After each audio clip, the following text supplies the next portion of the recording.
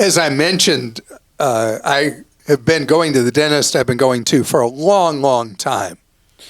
And if I go back in the Wayback Machine, there was a dentist I started going to in high school, back when they used stones and chisels to work on your teeth. And I'm not that old.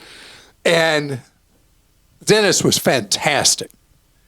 And then he retired, moved away, sold his practice.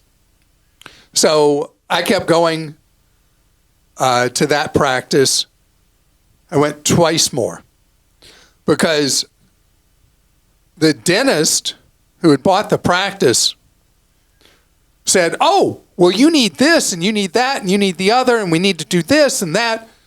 And I was like, no, I'm not prepared to do any of that. The dentist was trying to reconstruct my whole mouth, it seemed. So this was, 25 years ago, maybe more. So I went on a search for a new dentist after that, found the one I've been with since, and she's awesome. She's very thorough and has never looked in my mouth and said, oh, we got to reconstruct this whole thing. I mean, like that guy in between was like, job. I mean, he was going to redo everything.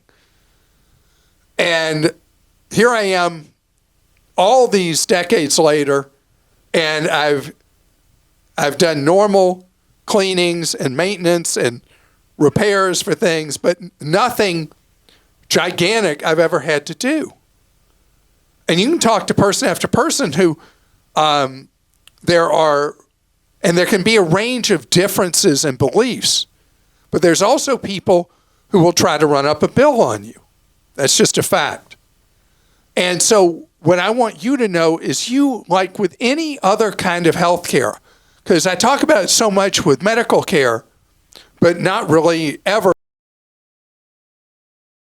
or has a problem, whatever. We hear about it in our Team Clark Consumer Action Center, what's happened to somebody.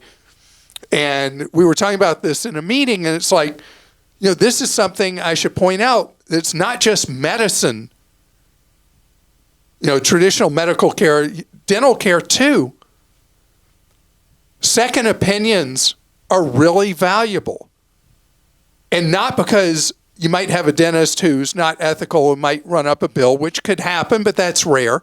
But there can also be extreme ranges of opinions about how to do something when there's something ailing you or there's some decay or whatever with your mouth, with your teeth, with your gums. So please, when you're in that chair and you can't talk because they have all that gauze in your mouth or whatever, and the dentist says, oh, well, what I recommend is you got to have these 8 things done. Say, thank you very much. Tell me more about those 8 things. And say you're going to think about it and go get a second opinion. Everybody knows with medicine, before you go get cut, you go get another opinion, right? Why wouldn't you do that with your mouth? And remember, dentistry, even if you have dental insurance is pretty lame stuff. It doesn't cover a lot. It's going to be coming out of your pocket. So you got a dental/medical procedure happening in your mouth, and you got a procedure going on to your wallet too. So getting that additional stuff and having knowledge about what's going on in your mouth, that's important too. I am going to the dentist today after we finish. Oh, great. Yes, I am. We have a mutual friend who loves. Oh, Sherry. Sherry loves going to the dentist. It's like her favorite event. I know. I don't understand it at all. She got hit on her head really young. I mean, I love my dentist, but I hate going there, and she knows it. So as I've shared prior, so I'm sorry I'm repeating myself, I go to the cardiologist regularly. Just found out I have another series of appointments coming up in a few weeks. Anyway, they always check my blood pressure. My blood pressure's fine. I go to the dentist, and they check my blood pressure, and it's always terrible. Oh, yeah. I think they've marked me down as an anxious patient because whenever there's like a new hygienist, they're like, "Are you okay? Are you can I?" You know, they stop and check on me. Like they definitely have something in the notes that's like, "This one is a wild one. Like she does not like being here." So, I've been going to the same hygienist at that practice for over 20 years. Oh wow, yeah, my dentist has had a little trouble keeping the hygienist.